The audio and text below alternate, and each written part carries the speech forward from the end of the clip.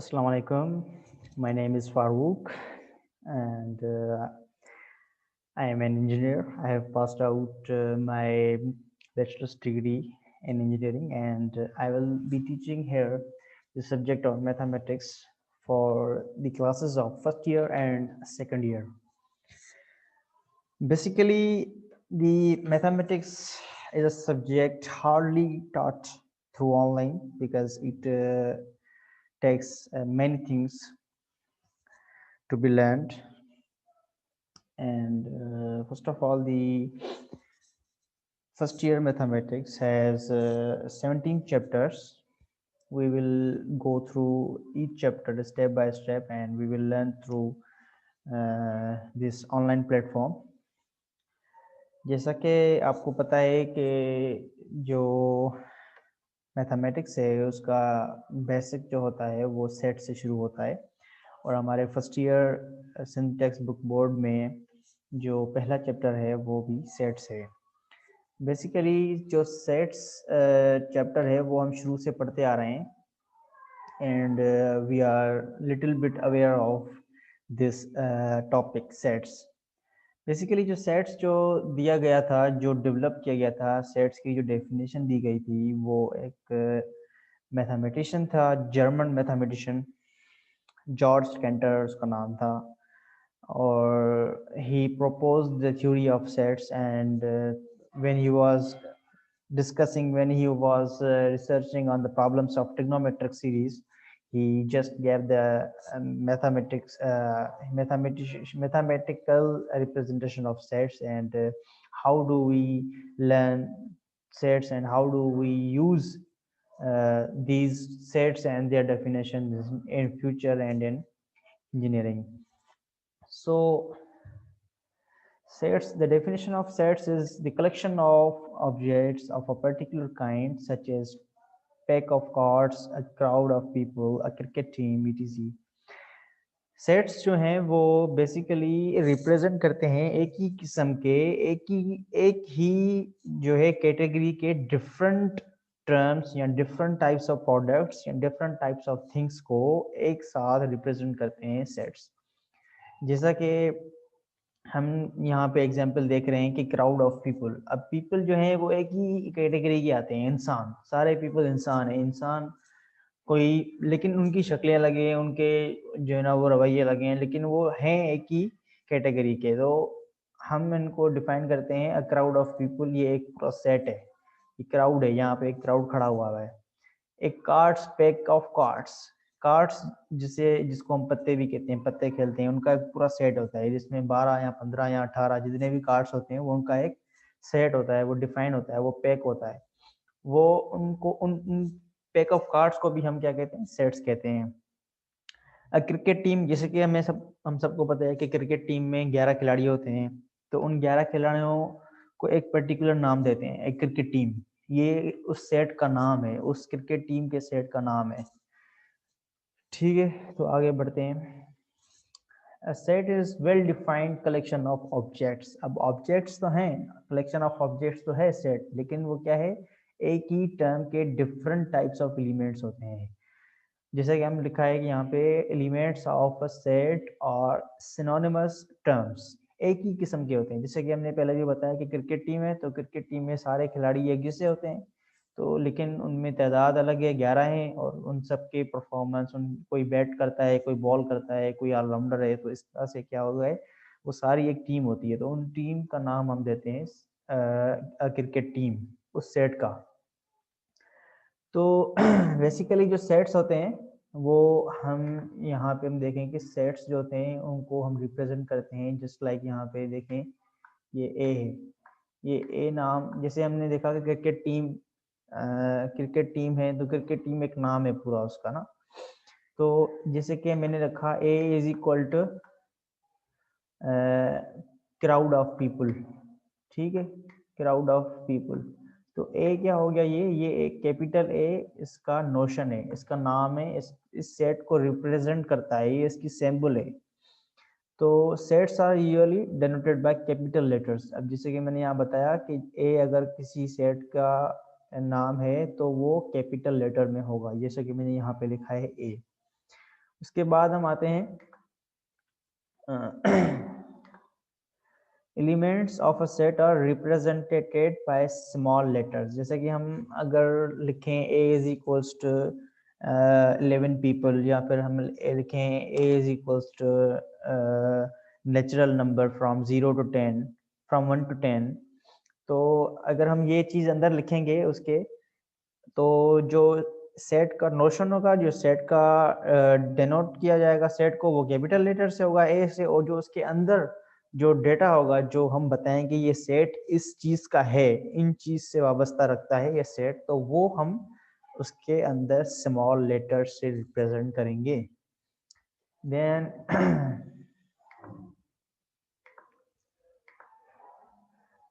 इसके हम चलते हैं आगे। There are two ways to represent sets. Sets को रिप्रेजेंट करने का जो तरीकेकार हैं वो बेसिकली दो हैं। एक होता है टेबुलर फॉर्म, जो हम बेसिकली पढ़ते हैं तो उसको हम रोस्टर फॉर्म भी कहते हैं। ये एक नया टर्म है रोस्टर फॉर्म।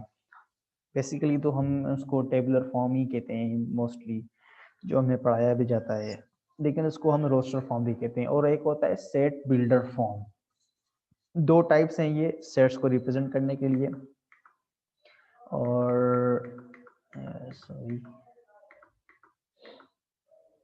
तो रोस्टर फॉर्म, जिसको हम टेबुलर फॉर्म भी कहते हैं, उसमें हम क्या करते हैं, सेट्स के एलिमेंट्स को हम सेपरेट करते हैं। मैंने जैसे कि बताया कि मैंने हर एलिमेंट की जो क्वालिटीज़ होती हैं, जो स्पेसिफिकेशंस होती हैं, वो अलग होती हैं, लिहाजा उनको अलग करना हमारे लिए इम्पोर्टेंट है। तो हम जो सेट के अंदर जो एलिमेंट्स हैं उनको जो सेपरेट करते हैं वो हम कॉमा से करते हैं, और जो सेट को हम क्लोज करते हैं वो हम इन मिडिल ब्रेसेस से करते हैं, जो यहाँ पे दिखाई गई हैं मिडिल ब्रेसेस, आप देख सकते हैं मिडिल ब्रेसेस।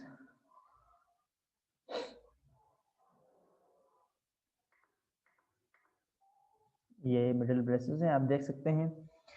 तो फॉर एग्जांपल यहाँ पे लिखा गया है, एग्जाम्पल लिखा गया है कि सेट ऑफ 1 2 3 4 5 6 7 8 9 10, जैसे मैंने आपको पहले भी एग्जाम्पल में बताया, अ set of natural number from 1 to 10, इसको हम ये भी कह सकते हैं। और अगर हम ये लिखें कि 1 से 10 तक नंबर का सेट है, तो वो इस तरह के फॉर्म में रिप्रेजेंट कर सकते हैं हम। ये पूरा एक रिप्रेजेंटेशन है सेट की। ये अगर हम इसको नाम दे दें तो ये आ जाएगा हमारे पास ए। अब इस सेट का नाम है ए इज इक्वल टू, अब ये पूरा एक पूरी एक डेफिनेशन हो गई सेट की। उसके बाद हम आते हैं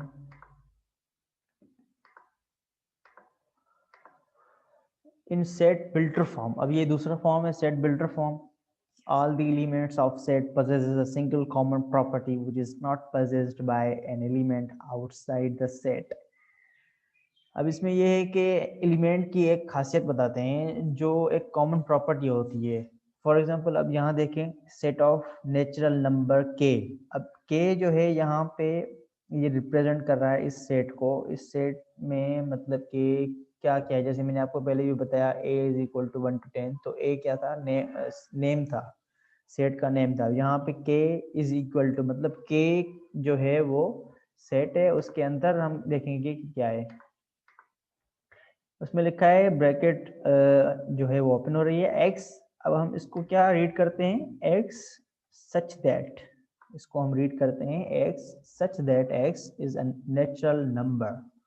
अब ये एक प्रॉपर्टी है इस सेट की, जो ये सेट पजेस कर रहा है, जो ये सेट ये इस सेट की प्रॉपर्टी है, के सेट की ये प्रॉपर्टी है कि x such that x is a natural number. मतलब कि इसके अंदर एक्स एलिमेंट्स हैं और वो एक्स क्या हैं, एलिमेंट, वो नेचुरल नंबर हैं, इसमें ये बताया गया है। इसके बाद हम यहाँ देखेंगे,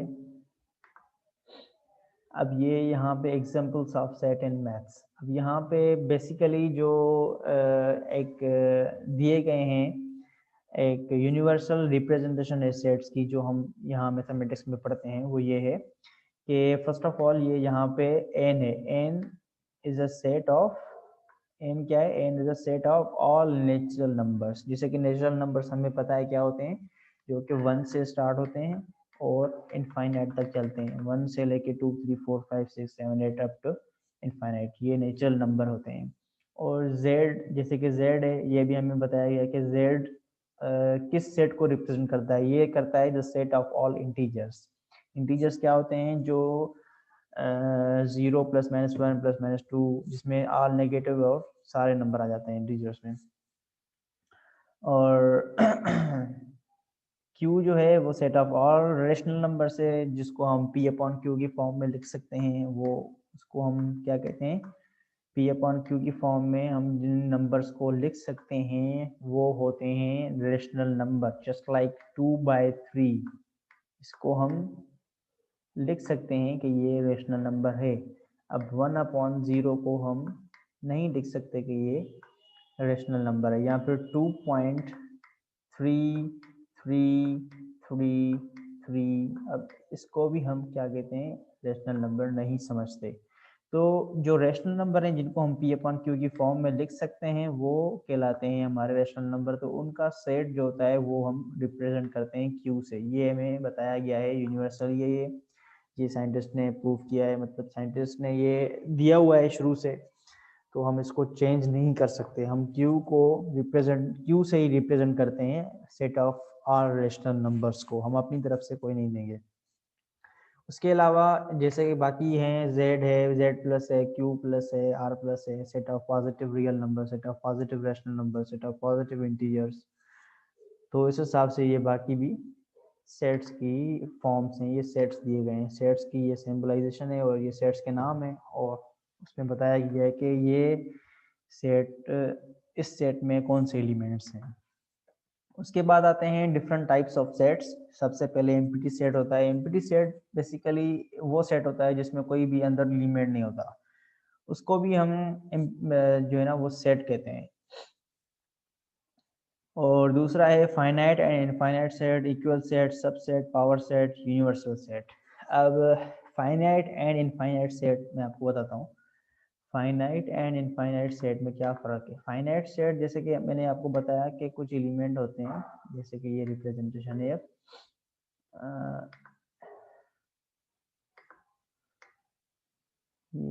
ये एक सेट है, इसको मैं रिप्रेजेंट कर रहा हूँ P से, P इक्वल टू, अब इसमें ये है कि मैं अगर लिख रहा हूँ 1 2 3, अब यहाँ बंद कर रहा हूँ मैं, अगर ये 3 एलिमेंट हैं इसमें, मैं क्या कहूँगा, P set having element of 1 2 and 3, इसमें 3 एलिमेंट हैं और वो क्या कौन कौन से हैं, एक 1 है, एक 2 है, तीसरा 3 है। तो ये एक फाइनाइट सेट होगा। अगर मैं यहाँ पे लिखूँ P is equal to 1 2 3 up to so on.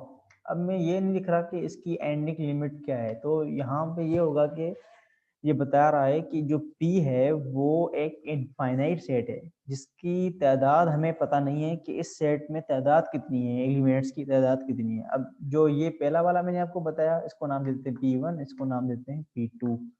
P1 में मैंने बताया आपको कि 1 2 3 सिर्फ 3 एलिमेंट्स हैं, और मैंने आपको बताया कि जो सेकंड P2 है उसमें इनफाइनाइट एलिमेंट्स हैं। इनफाइनाइट एलिमेंट्स का मतलब है उनमें जो एलिमेंट्स हैं हम वो गिन नहीं सकते। तीसरा है इक्वल सेट्स और सबसेट, पावर सेट और यूनिवर्सल सेट। इक्वल सेट का मतलब ये है कि इसमें 3 एलिमेंट्स हैं। अब यहाँ पे मैं एक और सेट लिख रहा हूँ ABC, ठीक है, और इसको नाम देता हूँ मैं B से। और अब ये आप देख सकते हैं कि B में भी 3 एलिमेंट हैं और P1 में भी 3 एलिमेंट हैं और फाइनाइट हैं, और दोनों की तादाद एलिमेंट्स की सेट्स की सेम है, 3 है। तो मैं ये कह सकता हूँ कि P1 is equal to B, set B। P1 set जो है वो B सेट के इक्वल है, इसको हम इक्वल सेट कहते हैं। और तीसरा होता है सबसेट। अब सबसेट जो है वो यहाँ पे सबसेट की जो मीनिंग है वो क्या है कि अगर एक सेट है P1, यहाँ पे मैंने आपको बताया कि उसका है 1 2 3, और दूसरा है P3 सेट जिसके एलिमेंट्स हैं 1 2। अब ये इसमें 2 एलिमेंट्स हैं। दो सेट आपस में सबसेट, एक सेट जो है दूसरे सेट का सबसेट तब होता है जब उसके अंदर जो एलिमेंट्स हैं वो अगले सेट के एलिमेंट जैसे भी हो और उस अगले सेट में एक एलिमेंट उससे ज्यादा भी हो। फॉर लाइक सपोज ये P1 है, ये P3। अब P3 में क्या है, दो एलिमेंट है 1 और 2, और P1 में क्या है, तीन एलिमेंट है 1 2 और 3। 1 2 इसमें भी है, 1 2 इसमें भी है, तो इसका मतलब ये दोनों आपस में एक जैसे हो गए। अब इसमें एक एलिमेंट और एक्स्ट्रा है, तो अब ये क्या होगा, P3 सबसेट होगा किसका, P1 का। P3 will be subset of P1। अब ये इसका जो है ना वो है P3 will be subset of. अब सबसेट की जो वो सिंबल है वो इस तरह से होती है C, और इसके आगे ये बार होता है। अब मैं ये लिखूंगा कि P3 is subset of P1। ये इसका पूरा रिप्रेजेंटेशन हो जाएगा। उसके बाद आता है पावर सेट और यूनिवर्सल सेट। यूनिवर्सल सेट जो होता है वो इसको हम कहते हैं कि जो यूनिवर्स में जो थिंग्स हैं just like number of stars और इस तरह से, तो इसको हम कहते हैं, ये यूनिवर्सल सेट कहते हैं इसको हम। और उसके बाद जो है वो हम आगे आगे बढ़ते हैं।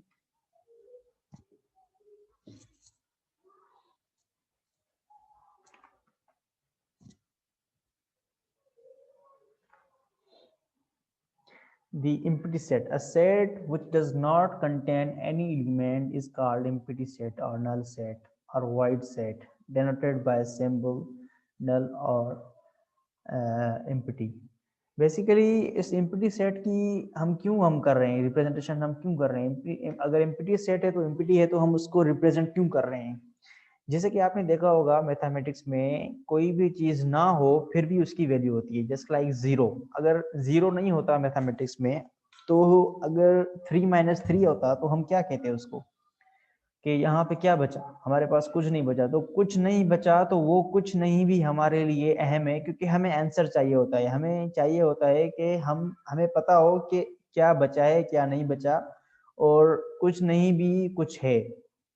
तो यहाँ पे भी जो सेट्स की रिप्रेजेंटेशन वगैरह में होती है, जो सेट्स हम करते हैं, सब वो करते हैं हम सेट्स की, हम मैथमेटिकल रिप्रेजेंटेशन करते हैं, या सेट में डिफरेंस होता है वो करते हैं। तो अगर सब एलिमेंट्स खत्म हो जाएंगे तो कुछ ना कुछ तो होगा, वो क्या होगा, वो वाइड सेट होगा, वो खाली सेट होगा जिसके अंदर कोई भी एलिमेंट्स नहीं होगी। अगर हम सेट्स के ऑपरेशन करेंगे ना आगे, ऑपरेशंस ऑफ सेट्स, तो उसके अंदर हम बताएंगे कि यहाँ पे अगर कुछ नहीं बचा तो वो नल सेट बचा है।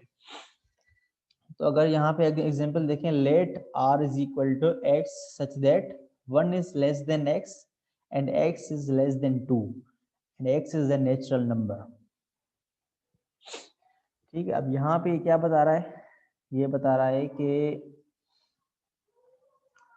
x, अब ये जो रिप्रेजेंटेशन है यहाँ पे दिख रही है आपको, ये कौन सी रिप्रेजेंटेशन है, ये रिप्रेजेंटेशन है सेट बिल्डर फॉर्म की रिप्रेजेंटेशन है, जिसको जो यहाँ पे रिप्रेजेंट की है आर सेट है, उसमें लिखा गया है एक्स जो है वो 1 less than x and less than 2, x is a natural number. अब यहाँ पे ये बता रहा है कि एक्स जो है एक नेचुरल नंबर है, और वो एक्स जो है वो लेस देन 2 है, और एक्स जो है वो ग्रेटर देन 1 है।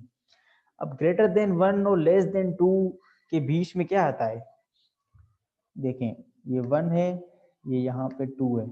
अब ये यहाँ पे जो चीज बता रहा है कि x x है, ये r सेट है जो उसके एलिमेंट्स जो हैं वो x हैं, x जो है वो लेस देन 2 है और ग्रेटर देन 1 है, और वो एक नेचुरल नंबर भी है। तो ये सेट कौन सा हुआ, अब आप बताएं।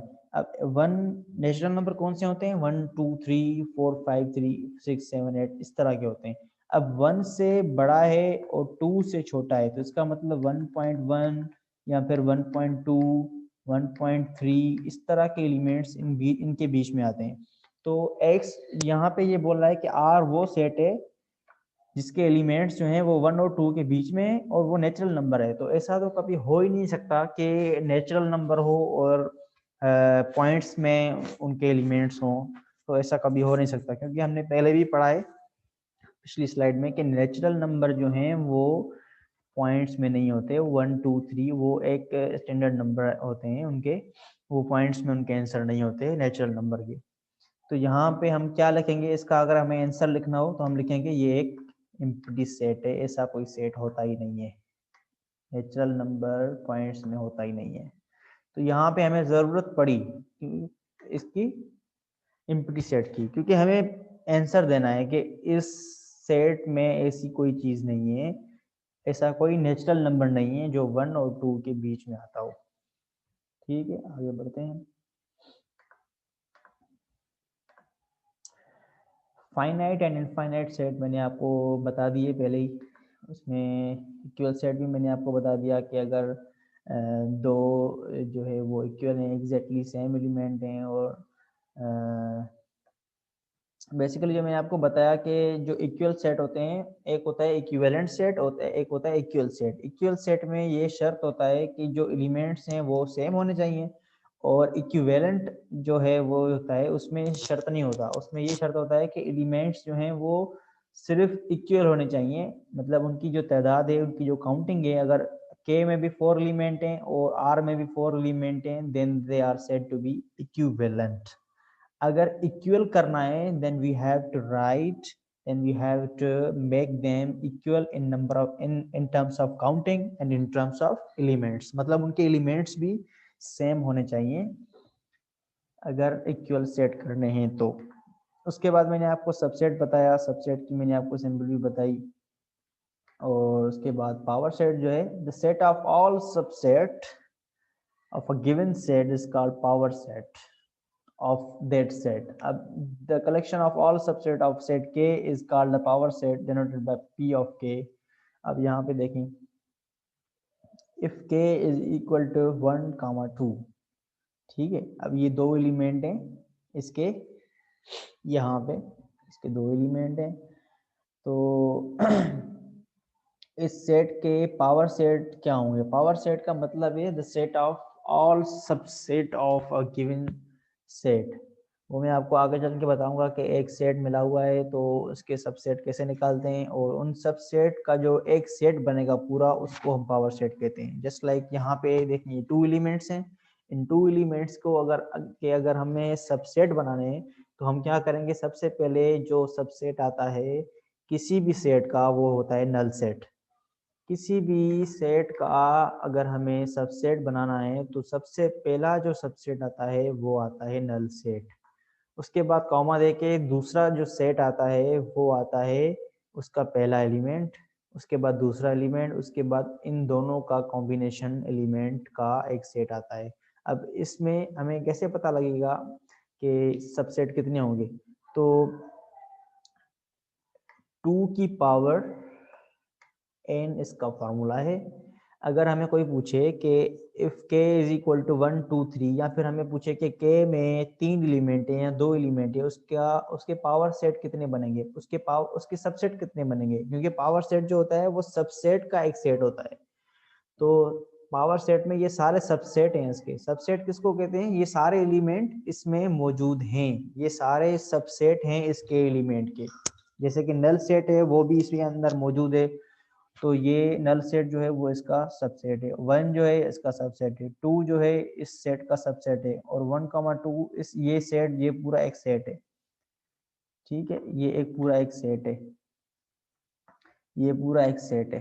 ये 4 सेट बने हैं, ये चारों सेट इस सेट के जो के है उसके सबसेट है। तो बेसिकली जो फॉर्मूला है 2 पावर n, तो ये बताता है कि कितने सबसेट बन सकते हैं एक सेट के। जैसे कि ये के सेट है, उसके अंदर 2 एलिमेंट हैं। अब यहाँ पे मैं फार्मूला पुट करूंगा 2 पावर 2, 2 एलिमेंट है तो 2 2 आर, ये हो जाएंगे 4।